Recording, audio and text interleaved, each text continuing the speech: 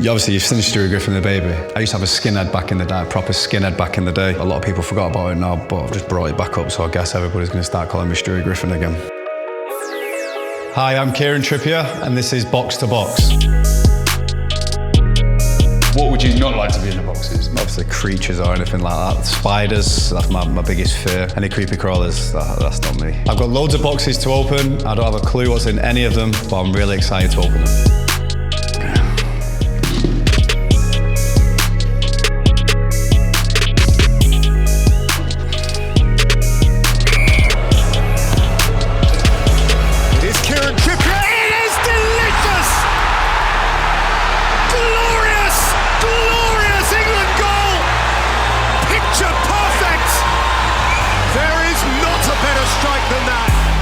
So this is one of the special moments in my whole career, one representing England, scoring in a World Cup semi-final, and I felt really confident. Obviously me and Youngie were stood over the ball, but funny enough, the training before, I hit a free kick in the top corner. So when I got home, when I went away with my family, and just seeing stuff on social media and the comments that people was giving me in the street, everybody knew the exact moment where it was when I scored the goal against Croatia, and that's very proud for me, because on a personal level, I could put a smile on people's faces, young kids watching who want to be footballers, or even grown adults, seeing all the pints flowing around at Hyde Park and everywhere around the country. So just even watching the supporters on this video, it just shows how happy they were in that moment, and us as a collective, as a team, tried to put smiles on fans' faces and bring the team and the supporters closer together. And we came over so many obstacles, penalty shootouts, but obviously the free kick and a World Cup semi-finals, that's a very special moment in my whole career. Have you rewatched the match back? It's one match, this one and the Champions League final, where I can't watch back.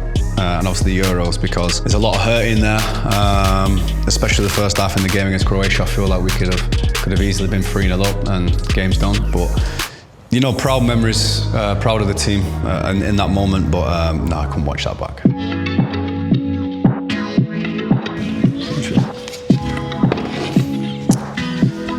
Yeah, this also gives me great pride, because when I made the decision to go to Spain, a lot of people was doubting me. Is it the right thing for him to do at his stage of his career? But I was working with one of the best managers in the world, one of the biggest clubs in the world, Champions League football. Not many English players go abroad, especially because I was the first one in like 100 years at Atletico Madrid as well. So yeah, obviously, there was offers. Yeah, Juventus was another one, that's the one that I was probably hoping out for.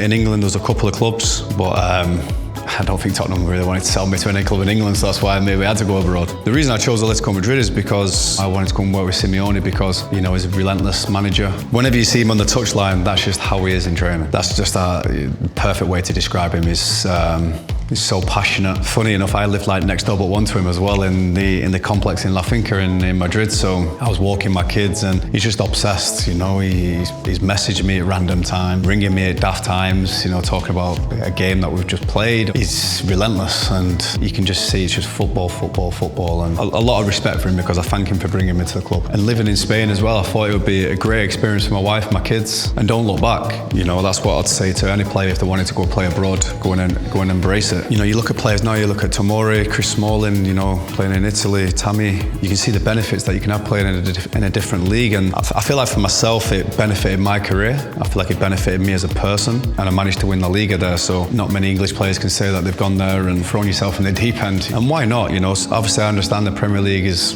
the best league in the world. I understand that, but it was an unbelievable experience. And like I said, from my own personal experience and my own career, it's made me come back as a more complete player. I'm trying to think what this is supposed to be.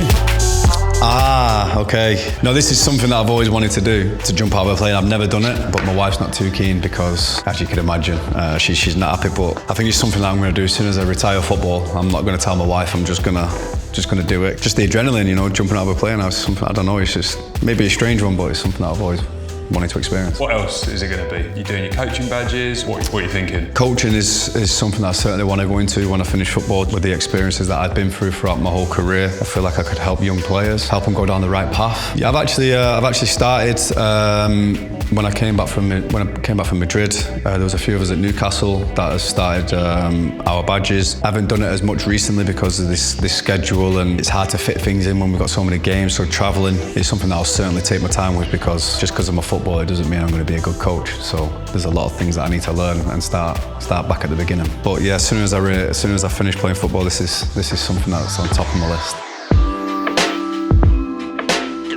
I couldn't think what that one was at the start. I thought some goggles, I thought, and I didn't see the little man. I thought, right, okay. Who's told you about that? It's about. Yeah?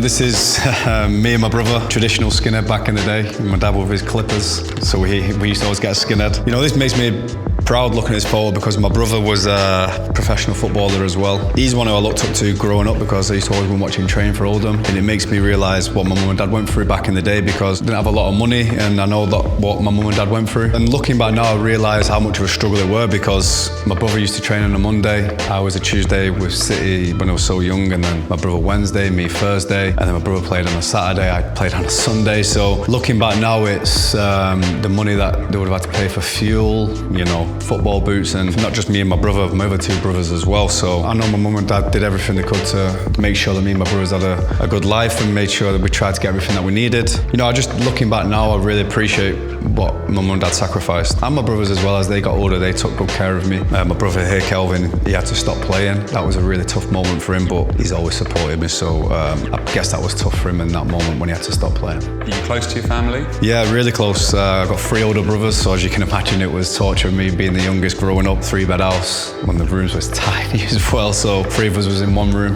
and my oldest brother was in his own room. So as the older brother went out of the house, we got upgraded, should we say, to this spare bedroom. So, but yeah, it was a close family. What is this? Frodo, yes. This is definitely from someone about my left foot. You tell me. Nah, I'm about something else, so I'm happy you didn't get that. What's the left foot? My left foot? Yeah, what's the story? No, so my left foot, my feet aren't exactly like this. I definitely need surgery on my foot because my toes go like this. So when I'm on holiday, do you know the little flip-flops that you have to put between your toes? I can't wear them, I have to wear proper slides, you know. But that's something I'm probably going to get fixed when I finish football. But yeah, I've had loads of nicknames when I've been growing up. You know, Frodo, Stewie Griffin. Obviously, you've seen Stewie Griffin the baby. I used to have a skinhead back in the day, a proper skinhead back in the day. A lot of people forgot about it now, but I've just brought it back up, so I guess everybody's going to start calling me Stewie Griffin again. Do you have a nickname in Madrid? Wayne Rooney. Diego Costa it was. I think it's because it's the first English player that comes to his head. He used to always call me Rooney in the training pitch when we was running round. Yeah, he never used to call me Trips or Kieran or anything, he used to call me Rooney. I don't know why. And then to be fair, when he used to go out in Madrid, the fans was calling me Rooney. But yeah, I've had loads of nicknames. Frodo was definitely one of them.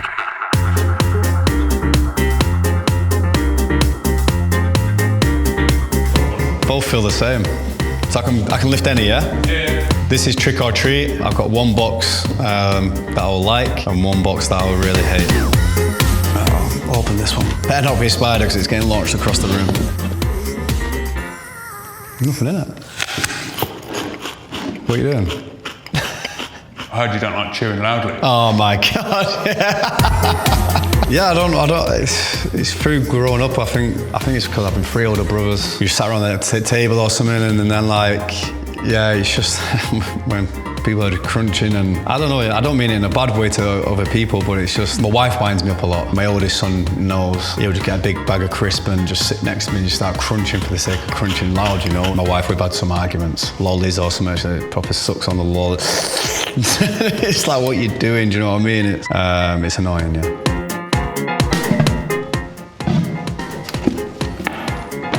This is obviously Ibiza. Yeah, this is one of like my favourite places to go. I go most years with my family, my kids, sometimes my friends as well, so it's sometimes good to party. But not too far. I know probably the majority of the island now, because I've been that many times, like the restaurants or where to go in the day, beaches and stuff like that. So if you need any recommendations, give me a shout and I'll help you out.